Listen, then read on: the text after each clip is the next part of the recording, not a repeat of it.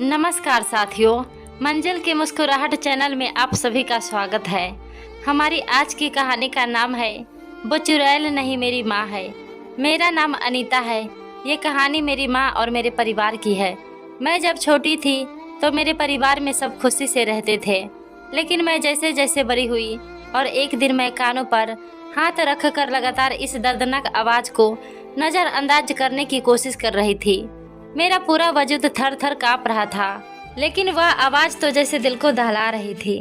पानी पानी, प्यास लगी है, 2 घुट पानी पिला दो। अनीता बेटी मेरे पास आओ, मुझे प्यास लगी है। पिछले 1 घंटे से थोड़ी थोड़ी देर बाद मुश्किल भरी जुबान से मेरा नाम लिया जा रहा था, लेकिन मैं तो जैसे इस कदर डरी हुई थी कि अपने कमरे से बाहर कदम रखते हुए भी डर लग रहा था कि अगर मैं बाहर गई तो मेरे साथ क्या हो जाएगा। मैं उस आवाज़ को चाहकर भी नज़रअंदाज नहीं कर सकती थी। मैंने तकिया सर के नीचे से हटाया और अपने सर के ऊपर रख लिया ताकि मैं वह दर्दनाक सिसकियाँ ना सुन सकूं, जो मेरी नींद और मेरा चैन चुरा रही थी। न जाने दादी कहाँ चली गई थी और बाबा भी तो उस वक्त काम पर गए हुए थे। तीनों छोटी बहनें भी स्कूल गई हुई थी। न जाने क्यों बार बार आती आवाज़ सुनकर मेरा दिल मोम होने लगा और मैं हिम्मत करके कमरे से बाहर निकली और घर के कोने में बने उस कमरे में जाने लगी जिसमें कई साल पहले जानवरों को बांधा जाता था। लगातार आती आवाज़ और फिर दर्द से उठती चीख ने तो जैसे मेरे कदमों पर जादू सा कर दिया था। मैं उस आवाज़ का दर्द महसूस करके दादी और बाबा के मना करने के बावजूद कमरे की तरफ दौड़ी चली जा रही थी। घर में सिवाय मेरे कोई नहीं था। मैंने धीरे से लोहे की लटकी हुई जंजीर को खोला और लकड़ी के बने दरवाजे पर जरा दबाव बढ़ाया तो दरवाज़ा खुलता चला गया। मेरा दिल तेजी से धड़क रहा था। जैसे ही दरवाज़ा खुला, सामने मेरी माँ नींद में दीवार की टेक लगाए बैठी आंखें मूंद कर पानी मांग रही थी। बिखरे बाल, पीला जर्द रंग आंखों के नीचे, गहरे गहरे काले हल्के चेहरे पर जब दरवाज़ा खुलने से रोशनी पड़ी तो माँ ने आंखें मसलकर खोलते हुए मेरी तरफ देखा।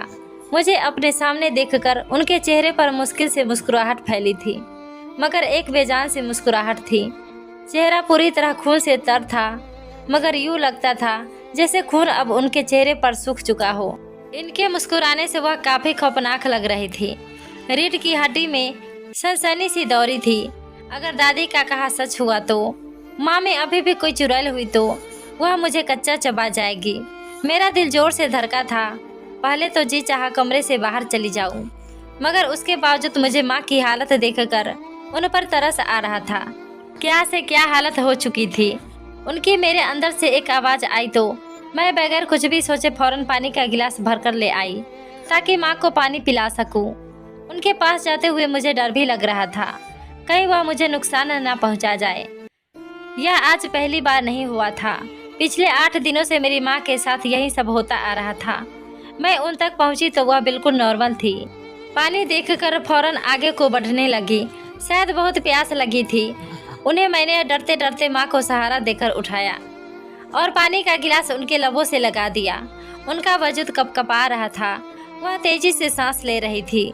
मैंने उनको थामकर पानी पिलाया तो कपकपे की वजह से चंद घूंट ही उनके हलक से नीचे उतर पाए थे। बाकी सारा पानी तो मेरे कपड़ों पर गिर चुका था। मेरा खौफ अब काफ़ी हद तक कम हो चुका था। मुझे अपनी माँ की हालत देखकर रोना आ रहा था। मेरी माँ ऐसी तो ना थी जैसे मेरे बाबा और दादी ने उनकी हालत कर दी थी। मेरी सिसकी बढ़ने लगी तो माँ ने मुश्किल से गर्दन फेरकर मेरी तरफ देखा। उनके लिए तो इस वक्त गर्दन घुमाकर मेरी तरफ देखना भी सबसे दुश्वार काम था। उनके गले पर रस्सियों के निशान थे। आज जिस तरह दादी ने माँ के गले में रस्सी बांधकर उन्हें बांधा था, उसके बाद माँ की गर्दन पर जख्म हो चुके थे। वह हकलाते हुए मुझे आधे अधूरे शब्दों में कहने लगी कि मेरी बच्ची रोना नहीं, मैं बिल्कुल ठीक हूँ। कैसी माँ थी वह इस हालत में भी कह रही थी कि ठीक है। मेरा दिल उनकी हालत देखकर किसी परिंदे की तरह तड़पा था। उनके घने लंबे बाल जो उनकी कमर तक आते थे, आज दादी ने उन्हें कोयलों पर रख कर जला डाले थे। अभी तक उनके बालों से जलने की बू आ रही थी, जो जलकर बेढंगे तरीके से उनकी गर्दन तक आ चुके थे। उनकी सफ़ेद दूध सी रंगत अब सफ़ेद नहीं रही थी। उन 8 दिनों में उनका चेहरा नील के निशानों से सांवला हो चुका था। उनका जिस्म दर्द और जख्मों से चूर था। वजूद में कपकपी जारी थी और फिर भी वह कह रही थी कि वह ठीक है। मैं सिसक कर उनके गले लगकर रो पड़ी थी। आज बड़ी मुश्किल से माँ से मिलने का मौका हाथ आया था, वरना दादी मुझे माँ के करीब भी भटकने नहीं देती थी। दादी का कहना था कि माँ पर एक चुड़ैल का साया है, मगर आज जब माँ के पास आई तो मुझे ऐसा कुछ भी महसूस नहीं हुआ था। मुझे लगा शायद दादी ने जो कुछ बोला वह झूठ था, और या फिर वह चुड़ैल माँ के शरीर को छोड़कर जा चुकी है और अब माँ बिल्कुल ठीक हो गई है। यही सोचते हुए मैं गिलास रखने के लिए जाने लगी तो माँ ने फौरन मुझे पकड़कर वापस खींच लिया। मैं बौखलाकर पलटी और माँ के करीब जा गिरी, मगर जब नज़र माँ के चेहरे पर पड़ी तो एक चीख मेरे हलक से निकली, क्योंकि माँ का चेहरा बहुत बुरी शक्ल में बदल चुका था। दरअसल मेरी दादी को पोते की ख्वाहिश थी और हम चारों बहनें ही थी। मैंने जब से होश संभाली थी दादी को यही ताना माँ को देते देखा था कि मनहूस औरत मुझे पोता भी नहीं दे सकी। मेरी माँ की जुबान पर हर वक्त एक चुप्पी रहती थी। वह चुपचाप घर के काम करती रहती थी। बात सिर्फ दादी की नहीं थी, बाबा का व्यवहार भी माँ से बहुत सख्त था। वह बात बात पर माँ से लड़ते झगड़ते थे और गालियाँ बकते रहते थे। यह बात यहीं तक सीमित नहीं थी, अब तो माँ बेटा माँ पर जुल्म के पहाड़ तोड़ते रहते थे। एक बार मैं गहरी नींद सो रही थी जब कानों में चीख की आवाज़ें आने लगी। पहले तो लगा शायद ख्वाब सा है, मगर जब अपने करीब से छोटी बहन की सिसकियों की आवाज़ सुनी तो फौरन जागने लगी। छोटी बहन मुझे बाजू से झिझोरकर उठा रही थी और रो रो कर सहमे हुए अंदाज में कह रही थी कि दीदी जल्दी उठो, बाहर बाबा और दादी माँ को बहुत मार रहे हैं। माँ दर्द से चीख रही है, दादी मेरी बात नहीं सुन रही, तुम ही उठकर उन्हें रोको। छोटी बहन बहुत ज़्यादा डरी हुई थी, उसके आंसू उसके गाल पर बह रहे थे। मैं फौरन उठी और दिमाग को नींद से जगाते हुए उसकी कही बातों को समझने की कोशिश करने लगी। माँ की लगातार सिसकने की आवाज़ें आ रही थी। वह रो रो कर कह रही थी कि महेश क्या करने लगे हो मेरे साथ? आखिर मैंने क्या किया है? मेरा कसूर क्या है? मेरी गलती क्या है? क्यों मुझे तुम लोग मारते रहते हो? मत बांधो मुझे, मुझ पर ऐसा जुल्म मत करो, भगवान के कहर से डरो। माँ की आंगन से आती आवाज़ों ने मेरा दिल दहलाकर रख दिया था। मैं शायद अभी भी नींद में थी, इसलिए चक्कर से आने लगे, मगर उसके बावजूद फौरन उठी और भागकर कमरे से निकलते हुई आंगन में पहुंची। जैसे ही मैंने आंगन में कदम रखा तो सामने का मंजर देखकर मेरे होश उड़ गए। मेरी माँ को दादी और बाबा ने चारपाई पर बांध रखा था। उनके हाथ पर चारपाई पर रस्सियों से बांधे हुए थे। दादी ने माँ के मुंह पर एक के बाद एक न जाने कितने थप्पड़ मारे थे। उनका चेहरा सुर्ख हो चुका था। दादी के हाथों के निशान उनके चेहरे पर बन चुके थे। मैं फौरन दादी के पास गई और उन्हें रोकने लगी। आखिर वह माँ के साथ ऐसा क्यों कर रही थी?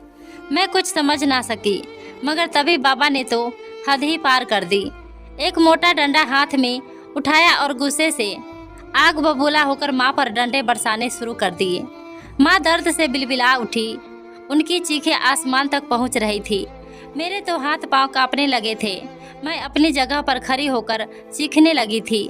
मैं तुरंत भागकर उन तक पहुंची और बाबा के हाथ से डंडा छीनने लगी, मगर बाबा ने मुझे तुरंत पीछे हटा दिया और एक बार फिर माँ की टांगों पर डंडे बरसाने लगे। माँ तो बेहोशी की हालत में सो चुकी थी। बाबा ने माँ को इतना मारा कि बाबा खुद भी माँ को मार मार कर थक गए थे। दादी माँ सिराहने खड़ी बाबा को और ज़्यादा भड़काते हुए कह रही थी कि और मारो इसे, और मारो, इतना मारो कि इसके अंदर की सारी बलाएं बाहर निकल आए। मुझे यह मंजर समझ में नहीं आ रहा था कि आखिर क्या गलती थी मेरी माँ की, जो सुबह सवेरे बाबा और दादी माँ को इस कदर मार रहे थे। माँ के चेहरे और टांगों से खून रिसने लगा था। मैं फौरन माँ के पास जाने लगी तो दादी मुझे बाजू से पकड़कर दूर फेंक दिया और बोली कि खबरदार, जो माँ के पास गई तो तुम्हारी माँ को चुड़ैल चिपटी हुई है, जिसको निकालना बहुत ज़रूरी है, वरना हम सबकी जान को खतरा हो सकता है। दादी की बात सुनकर मेरे होश उड़ चुके थे। मैंने एक नज़र माँ को देखा और फिर रोते हुए दादी को मैं बोली कि ऐसा कुछ नहीं है, मेरी माँ बिल्कुल ठीक है। मगर दादी गुस्से से बोली कि तू बड़ी है या मैं बेहतर जानती हूँ क्या सही है और क्या गलत है। अगर इस हालत में तू अपनी माँ के पास गई तो तुझे भी अपने जैसा बना देगी। बाबा भी दादी का फेवर करते हुए मुझे माँ से दूर करने लगे और फिर कमरे में भेजकर दरवाज़ा बंद कर दिया। मैं और मेरी छोटी तीनों बहन माँ की यह हालत देखकर रो रही थी। मुझे यह बात समझ नहीं आ रही थी कि आखिर अचानक बाबा को क्या हो गया था जो वह माँ के साथ ऐसा व्यवहार कर रहे थे। कल तक तो सब कुछ ठीक था। मेरी माँ बेहद खूबसूरत थी। मुझे याद है कि जब मैं छोटी थी तो बाबा माँ का बहुत ख्याल रखते थे। दोनों आपस में खुश भी रहते थे। मगर यह बात मेरी दादी से बर्दाश्त नहीं होती थी। वह हर वक्त माँ के खिलाफ बाबा के कान भरती रहती। पहल तो बाबा नज़रअंदाज करते रहते, मगर फिर उनके दिल में भी मेरी माँ के लिए नफरत के जज्बात उभरने लगे। वह पहले तो माँ की बुराई करने लगते, लेकिन फिर एक बार उनको थप्पड़ मार दिया। मेरी माँ को नानी के घर भी जाने नहीं देते थे। किचन में अगर माँ से कोई काम खराब हो जाता तो मेरी दादी माँ की चुटकियाँ पकड़कर खींच देती, उन्हें मारने लगती। मेरी माँ रोने लगती, लेकिन दादी को रहम न आता और ना ही बाबा को। मैं कमरे की खिड़की से बाहर का मंजर बखूबी देख सकती थी, मगर काश मैं माँ के पास जाकर उनको इस जुल्म से बचा सकती। माँ दर्द से चीखकर बेहाल हो चुकी थी। बाबा माँ को मार मार कर अब डंडा एक तरफ फेंक चुके थे। उसी वक्त दादी किचन में गई और फिर कुछ देर बाद जब बाहर निकली तो उनके हाथ में सूखी लाल मिर्ची थी। उन्होंने एक थाली में उन मिर्चों को रखा और फिर जलते हुए अंगारों को उन मिर्ची पर रखकर उसे माँ के सिराहने रख दिया। माँ जो दर्द के मारे लंबे लंबे सांस ले रही थी, जब मिर्ची का धुआं उनकी सांसों से होता हुआ फेफड़ों तक गया तो वो खांसने लगी। बाबा और दादी ने अपने चेहरे के आगे एक मोटा कपड़ा रख लिया था। मेरी माँ बेचारी खास खास कर बेहाल हो चुकी थी। उनकी आंखें बिल्कुल सुर्ख हो चुकी थी। उनसे तो सांस लेना भी मुश्किल हो गया था। वह धुआं सीधे उनके चेहरे पर जा रहा था। दादी ने तो जुल्म की आज हद ही पार कर दी थी।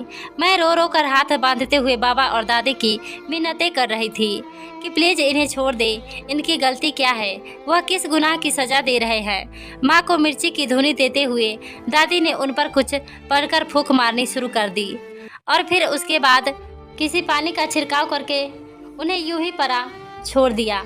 आज जो कुछ बाबा ने किया था उसके बाद तो मुझे बाबा से बहुत ज़्यादा डर लगने लगा था।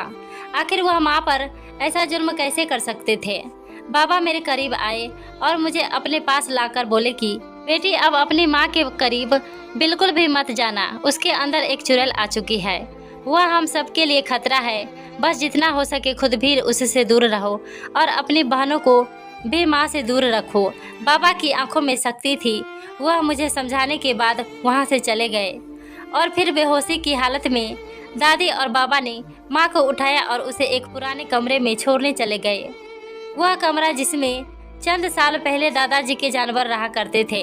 वह माँ को वही गिराकर खुद बाहर निकल आए और दरवाजे को कुंडी लगा दी।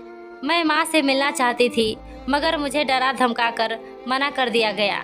माँ सारा दिन बारे में दर्द से कराहती रही। मेरी माँ को हर रोज इसी तरह सताया जाता और चुड़ैल बताकर उनके ऊपर तरह तरह के जादू टोने किए जाते। उनका शरीर जवाब दे चुका था और एक दिन वो इन लोगों के कहर से आज़ाद हो गई। मैं पूछती हूँ, क्या कसूर था मेरी माँ का कि उनके साथ ऐसा किया जाता था? क्या एक औरत होना इतना बड़ा पाप है, या फिर एक औरत होकर उसके गोद में बेटा न होना पाप है? ये कौन सा समाज है जहाँ अपने घर के बेटे के लिए लड़की पढ़ी लिखी चाहिए, संस्कारी चाहिए, वहीं दूसरी ओर अपने घर में लड़की पैदा नहीं होनी चाहिए? मैं पूछती हूँ उस समाज से कि लड़का ना होने से उस माँ का क्या कसूर है जिसके साथ लड़का ना होने पर ऐसा व्यवहार किया जाता है। दोस्तों, लड़का होने की समस्या कोई बड़ी नहीं, जिसकी वजह से आप ये भूल जाते हो कि जिस पर हम जुल्म कर रहे हैं वो भी आपकी माँ बहन की तरह है। अगर आपके घर की माँ बहन के साथ ऐसा हो तो कितना बुरा लगता है। साइंस के हिसाब से भी लड़का न होने की समस्या औरत से नहीं आदमी से होती है। इसलिए जागरूकता करो अपने आप को। अगर आपको हमारी कहानी पसंद हो तो दोस्तों और फैमिली को शेयर करें। साथ ही चैनल पर नए हैं तो सब्सक्राइब कर लीजिए। धन्यवाद।